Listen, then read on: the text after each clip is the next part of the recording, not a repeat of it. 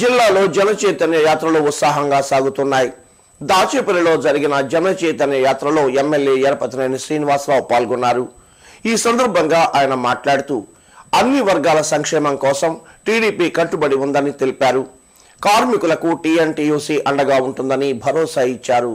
TNTC అనే ఒక మహావృక్షం కింద కూడా పనిచేసినట్టయితే మీకు నేడు ఉంటుంది, మీకు గూడు ఉంటుంది, మీకు కూడు ఉంటుంది, మీకు అన్ని విధాలుగా అండా ఈ రోజు శ్రీరామ రక్ష ఒక టీఎన్టీసీ అని చెప్పి కూడా నేను మీ అందరూ కూడా తెలియజేసుకుంటూ ఈ విధంగా ఈ కార్యక్రమంలో పాల్గొన్న మీకు అందరూ కూడా పేరు పేరున హృదయపూర్వక నమస్కారాలు తెలియజేసుకుంటూ ఈరోజు జనచైతన్య యాత్రలో భాగంగా కూడా టీఎన్టీసీ కూడా ఈ రోజు పార్టిసిపేట్ చేసినందుకు, ఈ కార్యక్రమాన్ని నిర్వహించినందుకు మరొకసారి అందరికీ కూడా ముఖ్యంగా వెంకట్రావు గారికి మన పార్టీ నాయకులందరూ కూడా పేరు పేరున ధన్యవాదాలు తెలియజేస్తూ జీఎస్టీ బిల్లును పార్లమెంట్ లో ప్రవేశపెట్టి ఆమోదింప చేయాలనే ఆలోచనను ప్రభుత్వం విరమించుకోవాలని ఛాంబర్ ఆఫ్ కామర్స్ అధ్యక్షులు ఆతుకూరి ఆంజనేయులు డిమాండ్ చేశారు. జీఎస్టీ బిల్లు కారణంగా వినియోగదారులపై అదనపు భారం పడుతుందని ఛాంబర్ ఆఫ్ కామర్స్ అధ్యక్షులు ఆతుకూరి ఆంజనేయులు అన్నారు. మీడియా ప్రతినిధుల సమావేశంలో ఆయన మాట్లాడారు. కార్పొరేట్ రంగాలకు జీఎస్టీ ప్రయోజనకరంగా ఉంటుందన్నారు. చిరు వ్యాపారులు ఇబ్బందులు పాలవుతారన్నారు. చిన్న వ్యాపారస్తులు ఇబ్బంది పడుతూ ఉన్నారు. వినోదాడి గిట్టుబాటు ధర కంటే ఎక్కువ కట్టి మరి తినాల్సిన అవసరం ఉంటుంది. తర్వాత చిన్న చిన్న ఇండస్ట్రీస్ అయితే మూతపడే అవకాశం ఉంది. ఎంత కూడా కార్పొరేట్ కంపెనీలకి లాభసాటిగా ఉండే అవకాశం ఉంటుంది.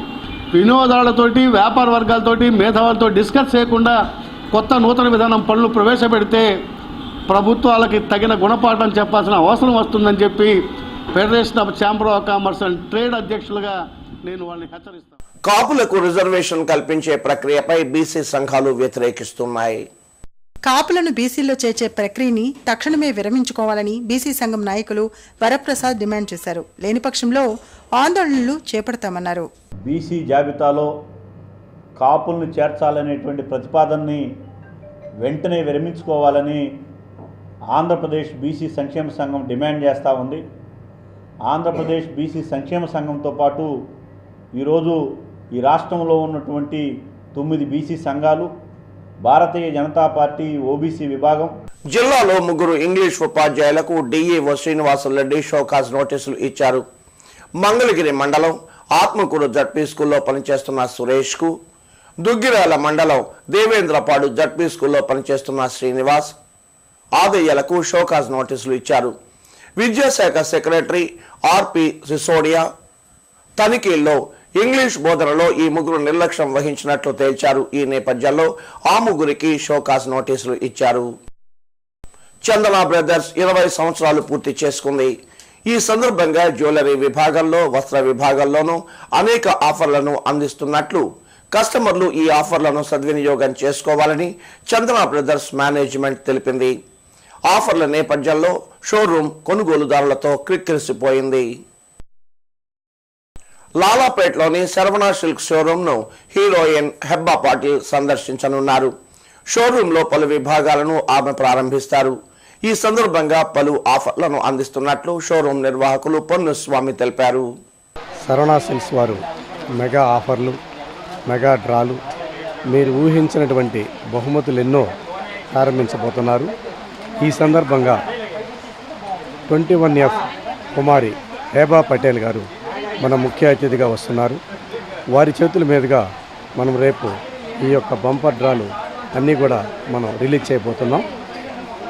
ఈ సందర్భంగా మనం మీలో ఎవరు లక్షాధికారి అనేటువంటి స్పెషల్ ప్రోగ్రాన్ని కూడా మనం కంటెస్ట్ చేస్తున్నాం. మన షాపులో ప్రతి 1000 రూపాయలు కొనుగోలు చేసినటువంటి కస్టమర్కి ఒక కూపన్ ఇవ్వబడుతుంది. ఆ కూపన్లన్నింటినీ కలిపి కూడా ప్రతి ఆదివారం మేము డ్రా తీస్తాం. అందులో ఎవరైతే విన్నర్ అయ్యారో వారికి మేము ₹1,00,000 చెక్ ఇవ్వడం జరుగుతుంది. వార్తలు ముగించే ముందు హెడ్లైన్స్ మరొకసారి. ఉత్సాహంగా సాగుతున్న జన చైతన్య యాత్రలు, సమస్యలపై ఎమ్మెల్యే మోదుగుల ఆరా, దశల వారీగా అభివృద్ధి పనులు చేపడతామని వెల్లడి.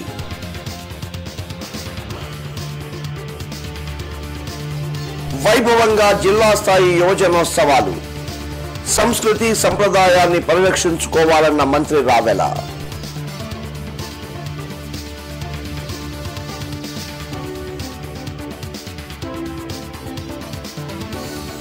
నగర కమిషనర్ అనురాధ బదిలీ. నూతన కమిషనర్గా ఐఏఎస్ అధికారి నాగలక్ష్మి నియామకం.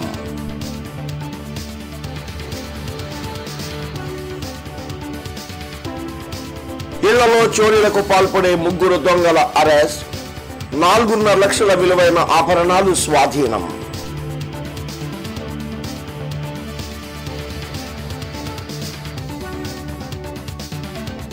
జన చైతన్య యాత్రపై వైసీపీ చేసిన వ్యాఖ్యలను తిప్పికొట్టిన డొక్కా. ఓదార్పు యాత్రలు తప్ప ప్రజా సంక్షేమం పట్టదని ఎద్దేవా. ఇవి ఇప్పటి వరకు ఉన్న వార్తలు. లేటెస్ట్ అప్డేట్స్తో మరో బులెటిన్లో మళ్ళీ కలుసుకుందాం. అంతవరకు సెలవు. నమస్కారం.